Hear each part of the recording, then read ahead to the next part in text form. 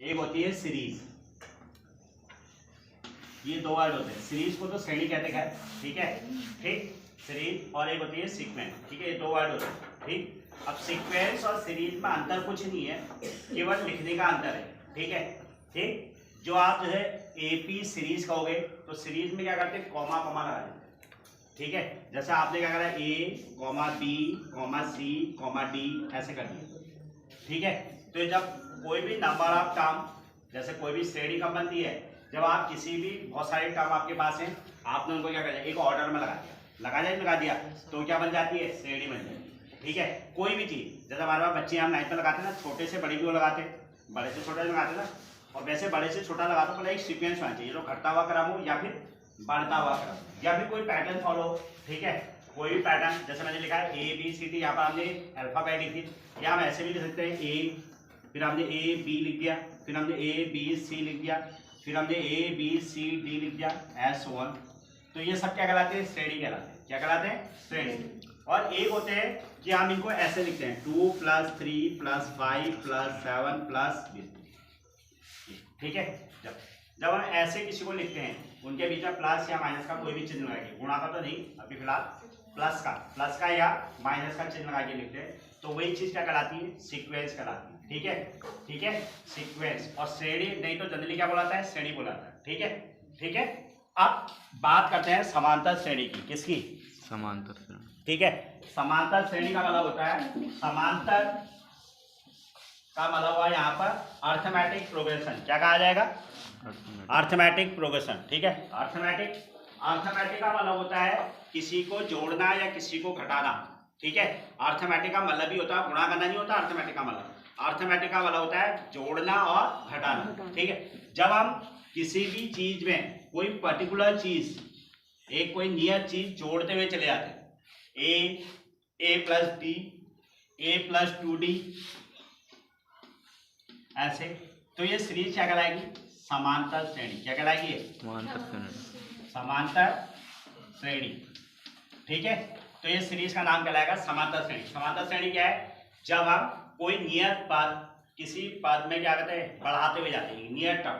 जैसे हमने 4 लिया, यहाँ पर 2 था तो 4 बढ़ाते गए, पहले 2 + 4 6, फिर 4 बढ़ाया 10, फिर 4 बढ़ाया 14, फिर 4 बढ़ाया 18, ऐसी बनेगा ना। या फिर कोई भी टर्म घटाते हुए चले गए, जैसे हमारे पास 100 है, हम 2 घटाते हुए तो 100 आएगा, 100 के बाद क्या आएगा 98, 98 के बाद क्या आएगा 96, ठीक है।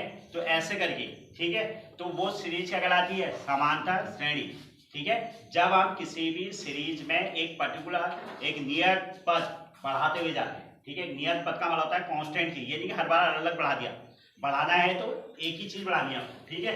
तो जब हम नियत पद बढ़ाते हुए जाते हैं तो श्रेणी क्या कहलाती है, समांतर श्रेणी, ठीक। तो ये क्या कहलाता है, जो सबसे पहला होता है, ये सारे क्या कहलाए, पद कहलाए, उसकी क्या कहलाए, पद। तो ये वाला हिस्सा क्या कहलाया, प्रथम पद, ये क्या कहलाया, प्रथम पद। तो प्रथम पद क्या हो गया, यहाँ पर जो सबसे पहला है वो हुआ ए, ठीक। और जो नियत टर्म हमने बढ़ाया डी, हमने सब में डी डी डी डी जोड़ते गए ना, तो ये नियत टर्म है ये डी, ये क्या कहला रहा है, इसका कॉमन डिफरेंस।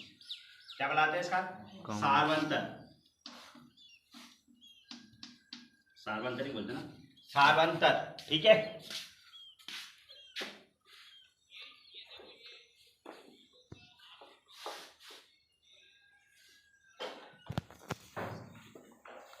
ठीक है, कॉमन डिफरेंस, ठीक। तो डी को क्या बताता है, सार्वंतर, ठीक। अब अगर सार्वंतर इसलिए हुआ, सार्वंतर मतलब सब जगह अंतर समान, ठीक है। अगर मैं देखूं इसमें से इसको घटाऊं तो ये अंतर, इसमें से इसको घटाऊं ये अंतर, अगले में से अगला वाला घटाऊं तो अंतर। कोई भी दो लगातार टर्म का आप जब अंतर देखोगे, और अंतर देखने के लिए दूसरे में से पहला या तीसरे में से दूसरा या चौथे में से तीसरा जब आप घटाओगे तो सब में अंतर क्या मिलेगा आपको, बराबर। तो इसीलिए बोला गया इसको सार्व अंतर, ठीक है। सार्व मतलब सब जगह अंतर क्या होगा, समान होगा, ठीक है, कॉमन डिफरेंस। ये हुआ ए, ठीक है। अब आज की एक्सरसाइज में केवल आपको यही चीज सिखा रहा हूं मैं कि कौन सीरीज एपी है कौन नहीं है। जिसमें सार्वंतर बराबर नहीं आएगा वो एपी नहीं होगी, और जिसमें सार्वंतर बराबर आएगा तो वो क्या होगी, एपी होगी, ठीक है। बहुत आसान सी एक्सरसाइज है, आप इसे करना। एक्सरसाइज आप नंबर आया 5.1 में,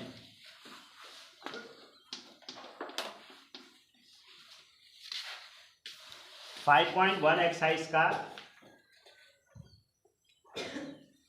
पहला क्वेश्चन छोड़ते हुए चले आप लोग, ठीक है। हम इसके दूसरे क्वेश्चन से करते हैं। जो अभी वर्ड प्रॉब्लम टाइप के वो बाद में कराएंगे, पहले थोड़ी समझ लेते हैं कि है क्या। आप कह रहा आपको एपी के प्रथम 4 पद लिखने हैं। कितने लिखने हैं? ठीक है, एपी मतलब समांतर श्रेणी, इंग्लिश में लिखा गया है अर्थमेटिक प्रोग्रेशन, ठीक है। ये समांतर एपी के प्रथम 4 पद लिखें, ठीक है। जब, ठीक, जब का वाला आपको इसका ए और डी दिया है। क्या दिया है? ए दिया है 10 और डी भी दिया है 10, दोनों 10-10 दिए हैं ना। ए भी 10 और डी भी 10। अब आपको प्रथम 4 पद लिखते हैं, तो आपको पता है, देखो, तो एपी होगी या एपी बराबर लिखते हैं। एपी क्या होगी हमारी?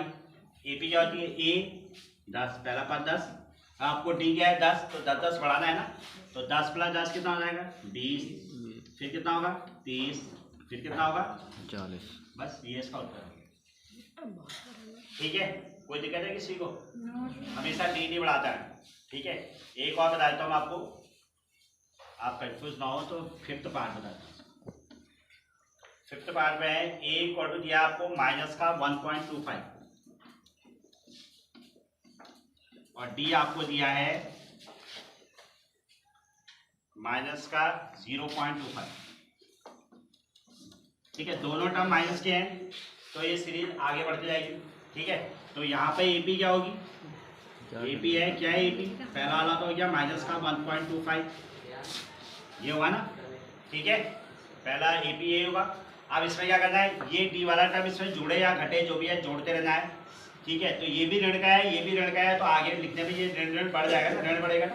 तो हम इसमें देखो माइनस के 1.25 में 0.25 बढ़ाना है आपको, ये भी माइनस का है, तो दोनों जुड़ जाएंगे तो कितना आ जाएगा? ये 1.5, ये आएगा ना माइनस का 1.5। तो अगला क्या आ जाएगा इसका?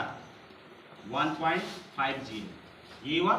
फिर अगले में फिर 0.25 बढ़ा देंगे, जोड़ते हुए जाना है इसमें, क्योंकि दोनों ऋण के हैं। तो फिर कितना हो जाएगा? ये ऋण के 1.25 पैसे के लगभग पड़ गए। अभी आपके यहाँ 1.5 रुपया था, 1 रुपया 50 पैसा, तो 25 पैसे फिर बढ़ाए, तो 1 रुपया 75 पैसा। आप जैसे ही 25 पैसे बढ़ाएंगे तो कितना हो जाएगा? ये ऋण के 2.00 हो गए ना। 4 टर्म देखो, 1 2 3 4, यस सर। भाई ये इसका आंसर है। अब जो होमवर्क है आप इसके होमवर्क करके लाओ।